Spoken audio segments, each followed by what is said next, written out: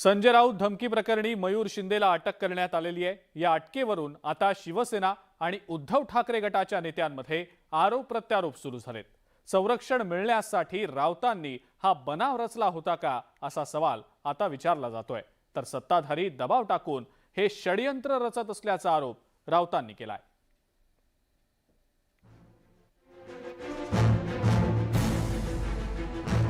संजय राऊतांच्या कथित धमकी प्रकरणामध्ये आता खुद्द संजय राऊतच टीकेचे धनी होऊ लागलेत। शिवसेना आणि भाजप सरकारनं या प्रकरणी संजय राऊतांवर टीकेचे बाण सोडायला सुरुवात केली आहे। संजय राऊतांनी सरकारच्या बदनामीसाठीच हे धमकी प्रकरण घडवल्याचा आरोप सरकारकडनं होतोय।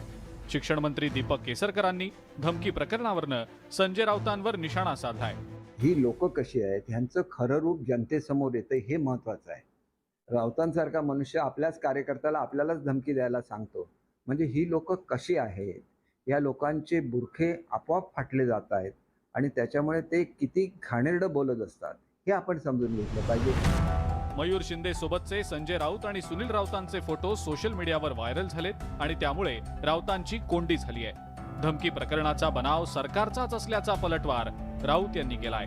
सध्या ते मिंदे गटामध्ये आहेत अशी माझी माहिती आहे। जर तो बनाव असता तर फोन नंबर सह पोलिसांना कळवलं नसतं की या फोन नंबरवरून मला अमुक अमुक अमुक अशा प्रकारचं धमक्या येत आहेत।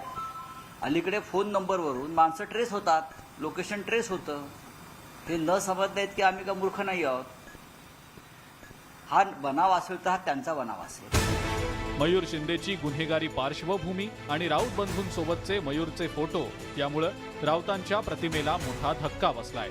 एकेकाळी सोबत फोटो काढणारा खास माणूस त्यांना धमकी कशी काय देऊ शकतो असा सवाल आता सामान्यांमधूनही विचारला जातोय। शिर्डीहून हरीश दिमोटेसह प्रशांत लीला रामदास, न्यूज 18 लोकमत, नवी दिल्ली।